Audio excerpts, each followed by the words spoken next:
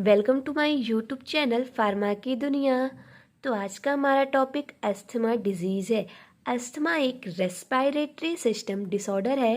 Respiratory system disease का मतलब a type of disease that affect the lungs and other part of the respiratory track.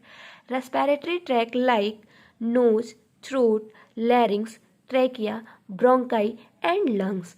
तो ऐसी disease जो हमारे respiratory tract को अफेक्ट करे उसको हम रेस्पिरेटरी सिस्टम डिजीज़ बोलते हैं। रेस्पिरेटरी ट्रैक में भी स्पेशली लंग्स और लंग्स में भी हमारे एयर पैसेज और एयर सेक्स को अफेक्ट करे। तो अस्थमा भी हमारी जो डिजीज़ है वो लंग्स को अफेक्ट करती है। तो एक लंग्स के हम डायग्राम को देखते हैं। ये हमारे लंग्स का फिगर है। जब हम एयर को इनहेल करते हैं, ठीक है, एयर को इनहेल करते, इनहेल कैसे करेंगे, हम नोज से इनहेल कर रहे हैं, एयर को इनहेल करते हैं नोज से, तो ये फेरिंग्स, लैरिंग्स, ठीक है, लैरिंग्स को हम वॉइस बॉक्स भी बोलते हैं, देन ट्रैकिया, ट्रैकिया से हमारे ब्रोंकाई, ब्रोंकाई, हाँ देखिए ट्रैकिया से हमारे ब्रोंकाई एंड देन लंग्स में आता है, ठीक है। एयर को हम इनहेल करते हैं तो ऐसी प्रोसेस होती है। तो एयर को इनहेल किया हमने तो हमारे ये नोज और फेरिंग लैरिंग्स के थ्रू हमारे ट्रैकिया में इंटर हुआ। ये हमारा ट्रैकिया है, ठीक है, ये हमारे ट्रैकिया का फिगर है। ट्रैकिया से इंटर हुआ एंड देन ट्रैकिया क्या होता है, डिवाइड होता है टू पार्ट्स में। राइट प्राइमरी ब्रोंक्यूल्स, ठीक है, ये राइट साइड जो कि राइट लंग्स में जाता है, एंड लेफ्ट प्राइमरी ब्रोंक्यूल्स जो कि हमारे लेफ्ट लंग्स में जाता है। तो right primary bronchioles further divide होता है सेकेंडरी ब्रोंक्यूल्स में, ठीक है। सेकेंडरी ब्रोंक्यूल्स क्या होता है, फर्दर डिवाइड होता है टर्सरी ब्रोंक्यूल्स में, ठीक है। टर्सरी ब्रोंक्यूल्स में, टर्सरी ब्रोंक्यूल्स फर्दर डिवाइड होता है स्मॉल ब्रोंक्यूल्स में, ठीक है, वेरी स्मॉल ब्रोंक्यूल्स में कुछ ऐसे डिवाइड होता है, ठीक है। और वेरी स्मॉल जो ब्रोंक्यूल्स है उनके एंड पे या हेड पे हम बोल सकते हैं एल्वली लगी होती है, ठीक है, ये एल्वली लगी होती है। एल्वली का क्या काम होता है, गैस को एक्सचेंज करना। तो इसको हम ये फिगर को थोड़ा सा हम यहाँ पे जूम करके देखते हैं, ठीक है। ये हमारी ब्रोंक्यूल्स है, ठीक है, ब्रोंक्यूल्स से स्मॉल एल्वली जुड़ी हुई है, ब्रोंक्यूल से स्मॉल ब्रोंक्यूल्स, ठीक है, ब्रोंकाई से स्मॉल ब्रोंक्यूल्स, देन उससे एल्वली जुड़ी हुई है। तो एल्वली के जस्ट नीचे क्या होती है, ब्लड कैपिलरीज होती है, ठीक है, ये हमारी ब्लड कैपिलरी जिसमें ब्लड फ्लो होता है, ये जस्ट एल्वेली के जस्ट नीचे होती है। तो जब हम एयर को इनहेल करते हैं, एयर को हम लेते हैं, तो एयर में जो ऑक्सीजन होता है, ठीक है, एयर में ये एल्वेली में आके रहता है। तो ये जो ऑक्सीजन है ये क्या करता है, एल्वेली हमारा जो एयर सेक्स है वो ऑक्सीजन को कार्बन हमारे ब्लड कैपिलरीज में देता है, जिससे ये ब्लड के थ्रू हमारे अलग अलग टिश्यूज एंड ऑर्गन तक ऑक्सीजन को पहुंचा सके। और ये जो ब्लड कैपिलरीज में कार्बन डाइऑक्साइड होता है, ब्लड कैपिलरीज में कार्बन डाइऑक्साइड होता है, उसको ये ऊपर की तरफ लेता है, वापस लेता है, जिससे ये हमारे ब्रोंक्यूल्स और ट्रैकिया के थ्रू हमारे एक्सेल आउट हो जाए हमारी बॉडी से।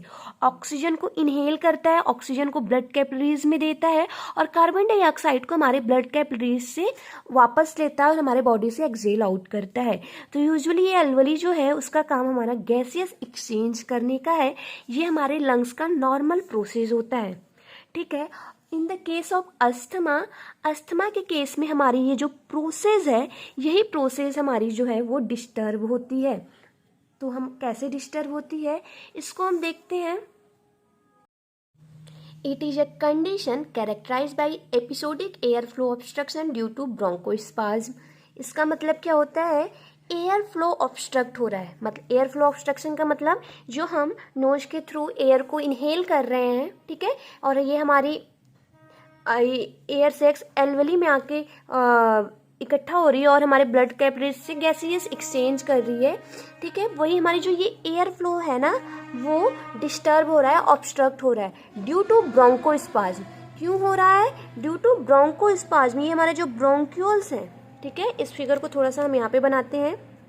ये जो हमारे ब्रोंक्यूल्स हैं, इस फिगर को हम यहाँ पे लेते हैं। ये हमारे जो ब्रोंक्यूल्स हैं उनमें क्या हो रहा है, क्या ब्रोंकोस्पाज्म, ब्रोंकोस्पाज्म मतलब ये इनमें इन्फ्लामेशन हो रहा है या जो भी चीज़ों की वजह से इनका ये जो ल्यूमेन है वो नैरो हो जा रहा है, ब्रोंकोस्पाज्म हो जा रहा है इस इन्फ्लामेशन या स्वेलिंग होने की वजह से। ये अब हमारा जो ल्यूमेन इतना था, ठीक है, इतना था, अब ये सिर्फ इतना रह गया, ठीक है, अब ये पतला हो जा रहा है, ठीक है, ये ऑब्स्ट्रक्ट हो रहा है, ब्रोंकोस्पाज्म हो रहा है, जिसकी वजह से जो एयर का फ्लो है, जो ये प्रोसेस है वो क्या हो रहा है, ऑब्स्ट्रक्ट हो रहा है। नेक्स्ट देखते हैं, it is a chronic. Chronic क्यों बोला गया है? क्योंकि long term disease, it a chronic inflammatory lung disease. एक क्रोनिक इन्फ्लामेटरी लंग्स डिजीज है that inflames and narrow the airways. ये क्या करता है, हमारी जो एयरवेज हैं, ठीक है, उनको नैरो करता है, उनमें इन्फ्लामेशन कॉज करता है। अस्थमा जो डिजीज़ है उनकी जो प्रोसेस है पूरी 3 स्टेप में कंप्लीट होती है। 3 स्टेप में क्या है, पहला क्या, एयरवेज इन्फ्लामेशन। हमारे एयरवेज किसको हम लोग बोल रहे हैं, ये हमारा जो लंग्स का फिगर है, थोड़ा जूम आउट करके दिखाती हूँ आपको पूरी फिगर। ये हमारा लंग्स है, ट्रैकिया हो गया, 2 पार्ट्स में डिवाइड है, ऑलरेडी मैंने सब डिस्कस किया है। हमारी ये एयरवेज है, ठीक है, एयरवेज हमारे जो ब्रोंक्यूल्स हैं उनको हम एयरवेज बोल रहे हैं। वहाँ पे इन्फ्लामेशन हो रहा है। Airways hyper responsive to stimuli, कोई भी स्टिमुलाई आ रही है, कोई भी ट्रिगर पॉइंट आ रहा है, उसके लिए हाइपर रिस्पॉन्स वो करते हैं। एंड देन क्या होता है, muscle with in Airways contract, और जो भी मसल्स है एयरवेज में, ये जो मसल्स हैं वो कॉन्ट्रैक्ट होते हैं, ठीक है। आपको हम इस एयरवेज को यहाँ पे समझाते हैं। जैसे ये हमारा जो एयरवेज है ना, ये जो हमारा पार्ट है, ठीक है, इसको यहाँ पे दिखाते हैं। ये हमारा एयरवेज है, ठीक है,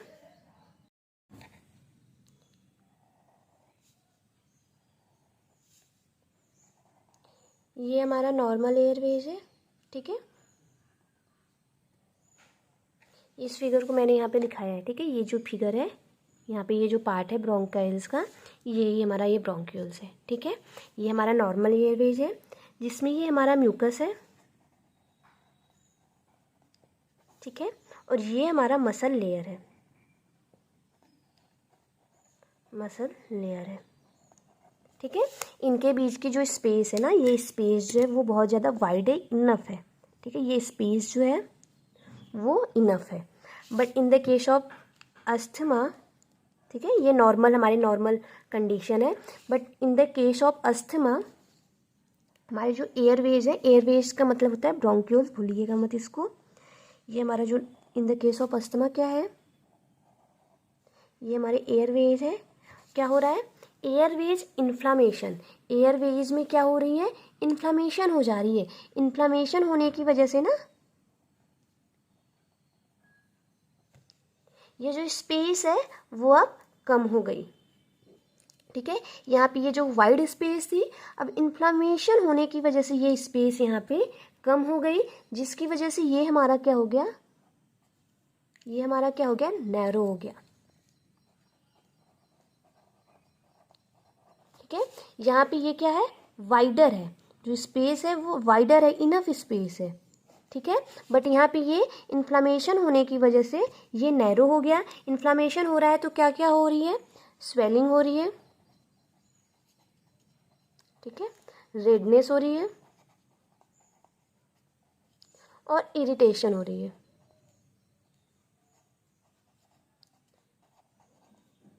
इरिटेशन हो रही है। ये कौन सी कंडीशन है, हमारी सेकेंड एस्थमेटिक कंडीशन है।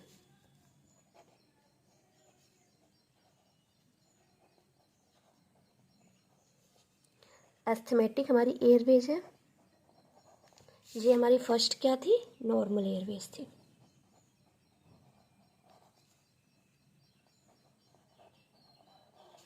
नॉर्मल एयरवेज थी, ठीक है। बट अब सेकेंड स्टेप क्या है, यहाँ पे अब पहले इन्फ्लामेशन हुआ। इन्फ्लामेशन क्यों हो रहा है, various aetiological agent, cold condition हो गया, स्मोकिंग हो गई, अल्कोहलिज्म हो गया, कोई ड्रग्स हो गया ना, अभी हम इटियोलॉजी आगे डिस्कस करेंगे। तो उनकी वजह से क्या हो रहा है, सबसे पहले हमारे जो एयरवेज है वो नैरो होती है। नैरो क्यों होती है, क्योंकि वहाँ पे इन्फ्लामेशन होता है, स्वेलिंग हो जाती है। अब एयरवेज में स्वेलिंग हो गई, ये जो वाइड स्पेस थी वो उसकी वजह से वो नैरो हो जाती है, स्वेलिंग होती है। ठीक है, तो पहला कंडीशन था हमारा, जो फर्स्ट स्टेप वो कंप्लीट हो गया, एयरवेज में इन्फ्लामेशन हो गया। सेकंड क्या है, airways hyper responsive to stimuli. अब कोई ट्रिगर आएगा, जो भी स्टिमुलाई है, अब कोई स्टिमुलाई हमारे एयरवेज पे एक्ट करेंगे, तो जिसकी वजह से ये क्या होंगे, हाइपर एक्टिव हो जाएंगे। ठीक है, ये एक्ट किए, कोई भी स्टिमुलाई इस पे एक्ट किया, स्टिमुलाई एयरवेज को स्टिमुलेट करने का काम करते हैं। स्टिमुलाई क्या करेंगे, एयरवेज को स्टिमुलेट करेंगे। ठीक है, अब ये हमारा, अब क्या होगा, ये हमारा है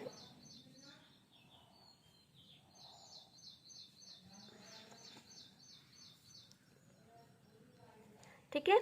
अब इस कंडीशन में क्या होगा, ये हमारी ऑलरेडी इन्फ्लेम्ड है, इन्फ्लेमेशन हुआ है, और अब क्या होगा, जब स्टिमुलेट होंगी हमारे एयरवेज जो है, स्टिमुलाई की वजह से हाइपर रिस्पॉन्स हो करेंगी, उस केस में क्या होंगी, म्यूकस सिक्रीट करेंगी। ठीक है, म्यूकस सिक्रीट करेंगी। एक्सेसिव म्यूकस सिक्रीशन होने की वजह से जो ल्यूमेन है वो ट्रैप हो जाएगा। ठीक है, ये जो ल्यूमेन है ये हमारा बहुत ज़्यादा ऐसे जो है नैरो हो जाएगा, यह बहुत ज़्यादा नैरो हो गया, बहुत कम इनफ स्पेस है। ठीक है, और ये म्यूकस क्या करती हैं, जो है ये म्यूकस जो है ये सिक्रीट होती हैं, और हमारे जो भी स्टिमुलाई हैं, जो भी इसको स्टिमुलेट कर स्टिमुलाई हैं, उनको ट्रैप करती हैं। ठीक है, because the trap the stimuli, excessive mucus secretion in the lumen because the trap the stimuli. ठीक है, और ये जो हमारा कंडीशन है, थर्ड जो कंडीशन है वो हमारा अस्थमैटिक कंडीशन है, asthmatic attack condition, during asthmatic attack, during asthmatic attack condition है। इसमें हमारा ये हमारा क्या है, muscles with in Airways contract, जिसमें हमारे जो मसल्स हैं एयरवेज की, अब ये जो मसल्स हैं, ठीक है, वो क्या होंगे, कॉन्ट्रैक्ट हो जाएंगे, सिकुड़ जाएंगी। ये हमारा, उस कंडीशन को हम ब्रोंकोस्पाज्म कहेंगे। ये थ्री कंडीशन में हमारा पूरा अस्थमा डिजीज कंप्लीट होता है, 3 स्टेप प्रॉब्लम है ये। ठीक है, पहले कंडीशन में ये हमारा नॉर्मल एयरवेज शो कर रहे हैं हम लोग, पहले कंडीशन में इन्फ्लामेशन होता है, सेकेंड कंडीशन में जब स्टिमुलाई, यहाँ पे इन्फ्लामेशन का फिगर दिखाया गया है, एंड देन सेकेंड स्टेप में जब स्टिमुलाई उस पर एक्ट करती है, ट्रिगर करती है, कोई स्टिमुलाई आती है जिसकी वजह से वो हाइपर रिस्पॉन्सिव शो करता है, हाइपर रिस्पॉन्सिवनेस शो करता है, उस कंडीशन में वो म्यूकस सिक्रीट करता है। जब म्यूकस सिक्रीट करता है तो जो नैरो, जो हमारे ल्यूमेन है वो और ज़्यादा नैरो हो जाती है। ठीक है, अब ये हमारी जो ब्रोंक्यूल्स एयरवेज है, यहाँ पे इन्फ्लामेशन हो जाएगा, ये ऐसे नैरो हो जाएंगी। ठीक है, ये नैरो हो जाएंगे, स्पेस जब कम हो जाएगा यहाँ पे, तो जो एयर का फ्लो है वो ऑब्स्ट्रक्ट होगा। अब जो एयर, ये मानो ये फिगर नॉर्मल ऐसा दिखता था, तो जो एयर पूरे स्पेस में आ रहा है, ठीक है, अब ये एयर ऐसे हो रहा है, फ्लो हो रहा है। ठीक है, अब इस एयर में फ्लो होने के लिए बस ये जगह स्पेस बाकी है ना, तो हमारे एयर जो फ्लो है वो ऑब्स्ट्रक्ट होगा, एयर फ्लो ऑब्स्ट्रक्ट होगा, तो जो फंक्शन है गैसियस एक्सचेंज करने का वो भी ऑब्स्ट्रक्ट होगा। ठीक है, आप ये कंडीशन देखिए, नॉर्मल एयरवेज में और ब्रोंकियल अस्थमैटिक कंडीशन में हमारे एयरवेज में क्या डिफरेंस है। ठीक है, अब क्या है, एपिडेमियोलॉजी 65 to 75 पीपल सफ़र करते हैं, ओल्ड मैन में, then adult, then women, and then child में सबसे कम केसेस देखने को मिलते हैं। उसके बाद इटियोलॉजी क्या है, the exact cause of asthma is unknown, asthma की एग्जैक्ट कॉज अननोन है, बट कुछ रिस्क फैक्टर हैं जो कि अस्थमा अटैक को ट्रिगर करती हैं, उनको डिस्कस करते हैं। सम एलर्जेंस हो गए, क्योंकि अस्थमा एलर्जी की वजह से भी कॉज होता है, तो कुछ ऐसी allergy person to person vary हो सकते हैं, अलग अलग हो सकते हैं, कि किसी को पोलन से एलर्जी है, पोलेंस मतलब जो फूल, जो फ्लावर्स हैं उनके ऊपर जो रहते हैं, पोलन से एलर्जी है, डस्ट से किसी को एलर्जी है, किसी को माइट से, या some food material, egg, albumin and animals like cockroach ETC। ठीक है, अलग अलग पर्सन को अलग अलग चीज़ों से एलर्जी हो सकती है, वो एलर्जी आपको एस्थमा को ट्रिगर करने में हेल्प करती है। एयर पोल्यूटेंट, कुछ एयर पोल्यूटेंट, एग्जॉस्ट परफ्यूम हो गया, परफ्यूम ऑक्सीडेंट्स हो गए, cigarette smoking ETC, certain drugs हो गए like aspirin, NSAIDs, beta adrenergic blockers, ये कुछ ड्रग्स हो गए। कोल्ड एयर, यही कंडीशन है कि during night and earlier morning हमें अस्थमा का जो सिम्टम्स हैं वो ज़्यादा सीवियर हो जाते हैं, ज़्यादा देखने को मिलते हैं, क्योंकि कोल्ड एयर हमारे अस्थमा कंडीशन को ट्रिगर करता है। अपर रेस्पिरेटरी ट्रैक इन्फेक्शन हो, क्योंकि ये हमारी रेस्पिरेटरी डिजीज़ है, तो अगर कोई रेस्पिरेटरी इन्फेक्शन है तो हमारी अस्थमा और ज़्यादा ट्रिगर होती है। इमोशनल स्ट्रेस, बहुत ज़्यादा स्ट्रेस लेने की वजह से, सीरियस एक्सरसाइज, हैवी एक्सरसाइज करने की वजह से, इन्वायरमेंटल कुछ कॉजेज हो सकते हैं, ठीक है। Occupational exposure like metal salts, would and vegetable dust, industrial chemical and plastic ETC, इनकी वजह से हमारी अस्थमा ट्रिगर होती है, अस्थमा कॉज होती है, ठीक है। नेक्स्ट हम इसकी पैथोफिजियोलॉजी को देखते हैं। पैथोफिजियोलॉजी और पैथोजेनेसिस सेम है, तो इनको देखते हैं। पहला क्या है, exposure to stimuli, allergen, specific condition. हमारी जो एयरवेज हैं, हमारी जो ब्रोंक्यूल्स हैं, एयरवेज में ब्रोंक्यूल्स हैं, वो स्टिमुलाई, एलर्जेंस या specific condition like cold condition, heavy cold condition में आती हैं। तो क्या होता है, production of antibody IgE, production होता है एंटीबॉडी IgE का मतलब इम्यूनोग्लोबिन E, एंटीबॉडी का प्रोडक्शन होता है, ठीक है। फिर क्या होता है, ये एंटीबॉडी क्या करती है, release of vasoconstrictor and inflammatory substance by mast cells. अब जैसे ये एलर्जेंस हैं, ठीक है, ये एलर्जेंस कहाँ पे बाइंड होते हैं, एक स्पेसिफिक टाइप की एंटीबॉडी जिसको हम IgE बोलते हैं, यहाँ पे आके बाइंड किया, IgE इम्यूनोग्लोबिन E एंटीबॉडी। ये IgE एंटीबॉडी कहाँ प्रेजेंट होते हैं, हमारे मास्ट सेल के सरफेस पे प्रेजेंट होते हैं। कहाँ प्रेजेंट होते हैं, मास्ट सेल के सरफेस पे प्रेजेंट होते हैं। तब जब इनमें एलर्जेंस आके बाइंड हो जाते हैं इस एंटीबॉडी पे, जो कि मास्ट सेल के सरफेस पे प्रेजेंट होते हैं, तो मास्ट सेल क्या करते हैं, इन्फ्लामेटरी मीडिएटर्स को रिलीज करते हैं। इन्फ्लामेटरी मीडिएटर्स लाइक हिस्टामिन, ठीक है, हिस्टामिन, प्रोस्टाग्लैंडिन,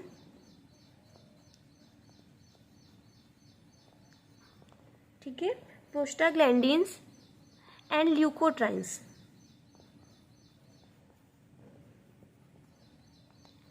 को क्या कर रहे हैं, रिलीज करते हैं। जब ये IgE मास्ट सेल के सरफेस पे बाइंड किया हुआ है, इस पे एलर्जेंस आके जब बाइंड करते हैं तो ये क्या करते हैं, हिस्टामिन, प्रोस्टाग्लैंडिन, ल्यूकोट्राइन्स रिलीज करते हैं। ये हमारे इन्फ्लामेटरी मीडिएटर्स हैं।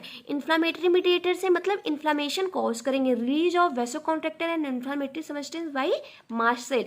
वेसोकॉन्ट्रिक्टर सब्सटेंस है, इन्फ्लामेटरी सब्सटेंस रिलीज होते हैं मास्ट सेल से। मास्ट सेल से क्यों रिलीज होते हैं, क्योंकि हमारी IgE जो है वो इनके सरफेस पे प्रेजेंट होती है मास्ट सेल के, वहाँ पे जाके एलर्जेंस बाइंड हो जा रहे हैं, जिनकी वजह से क्या हो रहा है, इन्फ्लामेशन हो रहा है एंड वैसो कॉन्स्ट्रिक्शन हो रहा है। इन्फ्लामेशन कैसे हो रहा है, इन्फ्लामेशन जैसे ये हमारे ब्रोंक्यूल्स है, ठीक है, हमारे एयरवेज है, यहाँ पे इन्फ्लामेशन होने की वजह से म्यूकस का सिक्रीशन हो रहा है, म्यूकस का सिक्रीशन हो रहा है, तो यहाँ पे ये एक्यूमुलेट हो रहा है। अब जो एयरवेज इतने में फ्लो हो रही थी, अभी हमारी जो ल्यूमेन है, ये स्पेस जो है वो कम हो गई।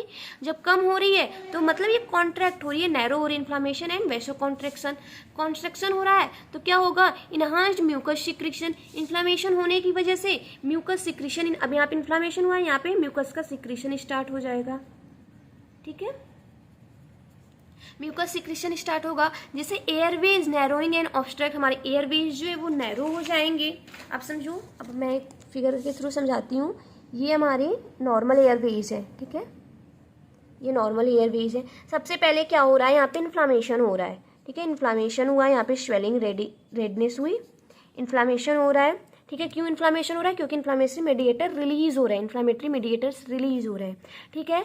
जब यहाँ पे इन्फ्लामेशन होगा तो यहाँ पे म्यूकस का सिक्रीशन होगा। अब इन्फ्लामेशन हुआ तो हमारी कुछ नैरो हुई थी हमारी जो एयरवेज है, अब हमारे म्यूकस का सिक्रीशन हो रहा है, म्यूकस का सिक्रीशन हो रहा है, तो ये एयरवेज हमारी अब जो पूरी इतनी थी, अब एयरवेज हमारी इतनी हो गई, अब स्पेस हमारे पास इतना हो गया, ठीक है। तो एयरवेज हमारी जो है वो और ज़्यादा नैरो हो गई, पहले स्पेस काफ़ी था, अब ये नैरो हो गई है, ठीक है। प्रेसिपिटेशन ऑफ अस्थमा, इस कंडीशन में अस्थमा कंडीशन कॉज होता है, समझ में आया। नेक्स्ट क्या है, इधर क्या है, migration of phagocytic cell. Phagocytic cell का माइग्रेशन होता है, जो भी हमारी म्यूकस का सिक्रीशन होता है, वो जो भी बैक्टीरिया सेल है ना, उनको बैक्टीरिया जो भी एलर्जेंस है उनको क्या करते हैं, इनगल्फ कर लेते हैं। ठीक है, फाइगोसाइटिस प्रोसेस होता है जिससे रिलीज होते हैं कुछ बेसिक एंजाइम्स, जो बेसिक लाइटिक एंजाइम है, जो कि लाइटिक एंजाइम रिलीज होते हैं और फर्दर इन्फ्लामेशन जिनकी वजह से कॉज होता है और अस्थमा फिर से प्रेसिपिटेट होता है। ये हमारा नॉर्मल, हमारी जो पैथोजेनेसिस है अस्थमा की, इसकी अस्थमा ऐसे कॉज होता है। ठीक है, आप किसी एक फ्लो चार्ट को भी ऐसे आप लिख सकते हो, नहीं तो दोनों केस को आप लिख सकते हो। ठीक है, सिम्टम्स, क्या क्या सिम्टम्स है। फर्स्ट है विजिंग। विजिंग क्या कहते हैं, विस्टल साउंड व्हेन यू ब्रीथ। अगर आप सांस लेते हो उस टाइम पे थोड़ी गड़गड़ाने की आवाज़ आती है, उसको हम विजिंग बोलते हैं। वैसी प्रॉब्लम होगी। Painless tightness in the chest, आपकी चेस्ट टाइटनेस होगी बट पेन नहीं होगा। शॉर्टनेस ऑफ ब्रीथ, डिस्मोनिया, ठीक है, ब्रीदिंग प्रॉब्लम होगी क्योंकि हमारी जो एयरवेज है वो ऑब्स्ट्रक्ट हो रही है, वहाँ पे इन्फ्लामेशन हो रहा है, तो एयर की जो एयरवेज, जो एयर ट्रांसफ़र हो रहा है हमारा, ठीक है, एयर फ्लो हो रहा है, वो ऑब्स्ट्रक्ट हो रहा है, तो हमें ब्रीथ लेने में प्रॉब्लम होगी। डिफिकल्टन इन एक्सेलिंग, एक्सेलिंग में प्रॉब्लम होगी क्योंकि गैसेस जो एक्सचेंज है वो नहीं हो पा रहा है, तो एक्सेल होने में प्रॉब्लम होगी। ड्राई परस्टेंट कफ, परस्टेंट का मतलब होता है लगातार, ऐसे लगातार कफिंग प्रॉब्लम होगी क्योंकि जो म्यूकस का सिक्रीशन हो रहा है, ग्रीनिश एंड येलोइश कलर का जो म्यूकस है वो कफिंग प्रॉब्लम देगी। ठीक है, स्वेटिंग होगी और कफ होगा। ठीक है, सेम है, ये सिम्टम्स जो है वर्स कंडीशन होता है नाइट और अर्लियर मॉर्निंग में, बिकॉज नाइट और अर्लियर मॉर्निंग में थोड़ी कोल्ड कंडीशन रहती है। ठीक है, नेक्स्ट है डायग्नोसिस। डायग्नोसिस में क्या है, पहला है फिजिकल एग्जामिनेशन। पर्सन जो डॉक्टर के पास जाएगा तो कैसे इलाज होगा, पहला है डायग्नोसिस करेगा, फिजिकल एग्जामिनेशन करेगा। सेकेंड क्या है, lung test. Lung test, lungs के फंक्शंस के टेस्ट करेंगे। वेरियस टेस्ट है, पहला है स्पैरोमेट्री। स्पैरोमेट्री क्या है, ऐसा इंस्ट्रूमेंट है जिसके थ्रू हम मेजर करते हैं कि हमारे लंग्स कितनी जल्दी फिल हो रहा है और खाली हो जा रहा है। ठीक है, एक्सेल कितनी जल्दी कर रहा है और इनहेल, मतलब इनहेल करता है और एक्सेल कैसे कर, कितने टाइम में करता है। तो हाउ, जैसे it is an instrument which measure how quickly the lungs fill and empty, कितने क्विक हमारी लंग्स जो है फिल हो रही है और इम्पटी हो रही है, इसको हम मेजर करते हैं एक इंस्ट्रूमेंट के थ्रू जिसको हम स्पायरोमेट्री बोलते हैं। नेक्स्ट है lungs volume test. Lungs volume test का मतलब होता है हमारे लंग्स कितने मतलब कितना एयर को होल्ड करके रख ले रही है। It's so how much air the lungs can hold, कितना एयर हमारे लंग्स होल्ड कर रही है, उसको हम लंग वॉल्यूम टेस्ट बोलेंगे। थर्ड है FeNO टेस्ट। FeNO टेस्ट को हम एक्सेल नाइट्रिक ऑक्साइड टेस्ट बोलते हैं। इसमें क्या है, patient breathe into a machine that measures the level of nitric oxide in his breath with sign of inflammation in his lungs. अगर आप, एक मशीन होता है, ठीक है, उसके सामने आप एक्सेल करोगे, ब्रीथ लोगे, सांस लोगे, एक्सेल आउट करोगे, इनहेल करोगे, तो उसमें आपकी नाइट्रिक ऑक्साइड की लेवल आपके ब्रीदिंग में, आपके ब्रीथ में कितना है, ठीक है, आपके लंग्स में कितना है, वो मेजर करता है, जिससे ये साइन होता है कि आपके लंग्स में कितना % इन्फ्लामेशन है। नेक्स्ट है peak air flow test. Peak air flow test क्या है, एक डिवाइस है जिससे हम हमारी लंग्स से एयर कितने जल्दी मूव आउट हो जा रहा है उसको मेजर करते हैं पिक एयर फ्लो टेस्ट में। डिवाइस है, ठीक है, a peak flow meter is a handheld device that measure how well air moves out of the lungs. Next क्या है, स्पुटम इन्वेस्टिगेशन। स्पुटम इन्वेस्टिगेशन मतलब to take the respiratory infection, आप में कितने % रेस्पिरेटरी इन्फेक्शन है इसको टेस्ट करते हैं। ब्लड टेस्ट करते हैं, WBC काउंट करते हैं ना, क्योंकि WBC इन्फ्लामेटरी मीडिएटर्स है, WBC की क्वांटिटी बढ़ गई है तो आप में इन्फ्लामेशन बहुत ज़्यादा है, ठीक है, WBC काउंट करते हैं। चेस्ट एक्सरे करते हैं, चेस्ट एक्सरे करने से चेस्ट फंक्शन के एक्सरे करते हैं जिससे सीवियरिटी ऑफ लंग्स पता चलती है, लंग्स कितनी सीवियर कंडीशन में है। ठीक है, नेक्स्ट इसकी ट्रीटमेंट है। नॉन फार्माकोलॉजिकल ट्रीटमेंट में अवॉइड करेंगे स्मोकिंग को, अवॉइडेंस एलर्जिन, जिस चीज़ से एलर्जी उसको अवॉइड करेंगे। Exposure to extreme cold condition, cold condition में ज़्यादा नहीं जाएंगे, और ऑक्सीजन की थेरेपी लेंगे क्योंकि ऑक्सीजन ही हमारी बॉडी में कम होने लगता है, ब्रीदिंग प्रॉब्लम होने लगती है। नेक्स्ट है फार्माकोलॉजिकल ट्रीटमेंट, ब्रोंकोडाइलेटर्स लेंगे। ब्रोंकोडाइलेटर्स क्या करते हैं, अस्थमा से रिलीफ देते हैं, और जो भी एयर टाइट, हमारी चेस्ट टाइटनेस है, ठीक है, मसल टाइटनेस है, उसको रिलैक्स करते हैं। ठीक है, हमारी जो एयरवेज हैं उनको क्या करते हैं, डायलेट करते हैं। ब्रोंको डायलेटर्स मतलब हमारी जो एयरवेज कॉन्ट्रैक्ट हो चुकी हैं, जहाँ पे इन्फ्लामेशन होने की वजह से वो कॉन्ट्रैक्ट हो गई हैं, उनको डायलेट करते हैं। ये कॉन्ट्रैक्ट हो चुकी है, अब इसको हम नॉर्मल कंडीशन में डायलेट करते हैं। ठीक है, ये डायलेशन है, ये कॉन्ट्रैक्शन है। ठीक है, कॉन्ट्रैक्शन डायलेट करती है। नेक्स्ट है ल्यूकोट्राइन्स एंटागोनिस्ट। ल्यूकोट्राइन्स एंटागोनिस्ट क्या होता है, specific leukotrienes are the chemicals which play a key role in the allergies. ये ना एक केमिकल्स है जो कि एलर्जीज में स्पेशल रोल प्ले करती है, अस्थमा से रिलीफ दिलाती है, चेस्ट टाइटनेस से रिलैक्स कराती है। ठीक है, जो भी हमारी चेस्ट टाइटनेस हुई है म्यूकस के एक्सेस सिक्रीशन की वजह से, ठीक है, प्रोडक्शन के होने की वजह से ना, तो वो क्या करती है, उनसे हमें रिलीफ दिलाती है। ठीक है, नेक्स्ट है mast cell stabilizer. Mast cell stabilizer क्या है, मास्ट सेल हमारा क्या कर रहा है, इन्फ्लामेटरी मीडिएटर्स को रिलीज कर रहा है, तो हम मास्ट सेल स्टेबलाइजर देंगे, मास्ट सेल को स्टेबलाइज करेंगे। ठीक है, नेक्स्ट क्या है, कॉर्टिकोस्टेरॉइड। कॉर्टिकोस्टेरॉइड क्या, जो बहुत ज़्यादा सिक्रीशन हो रहा है म्यूकस का, उस सिक्रीशन को इनिबिट करेंगे। नेक्स्ट है एंटी IgE एंटीबॉडी, इम्यूनो, क्योंकि हमारे IgE एंटीबॉडी बन रही हैं जो कि मास्ट सेल के सरफेस पे प्रेजेंट है, तभी मास्ट सेल से हमारी जो है इन्फ्लामेटरी मीडिएटर्स रिलीज हो है, तो ऐसे ड्रग्स देंगे कि एंटीबॉडी हमारी ये वाली बने ही ना। ठीक है, ये एंटीबॉडीज नहीं बनेंगे तो इन्फ्लामेटरी मीडिएटर्स रिलीज नहीं होंगे, तो हम क्या करेंगे, एंटी IgE एंटीबॉडी देंगे। सबकी एग्जाम्पल है एज इट इज़, आपको एग्जाम्पल याद करने हैं। अगर आपको कोई डाउट है ना तो कमेंट सेक्शन में ज़रूर कमेंट करिएगा, आपके सारे डाउट क्लियर करेंगे। अगर कोई प्रॉब्लम हो तो वो भी डिस्कस करिए, आप कमेंट में पूछिए, हम उसके भी जवाब देंगे। और हमारे चैनल को अगर पसंद आया हो तो अपने दोस्तों में भी शेयर करिए, वो भी पढ़ लें। और नोट्स आप डिस्क्रिप्शन से लिंक से डाउनलोड कर सकते हैं। और हमारे चैनल को सब्सक्राइब कर दीजिए अगर अभी तक नहीं किया है तो। ठीक है, thank you so much, keep watching pharma की दुनिया।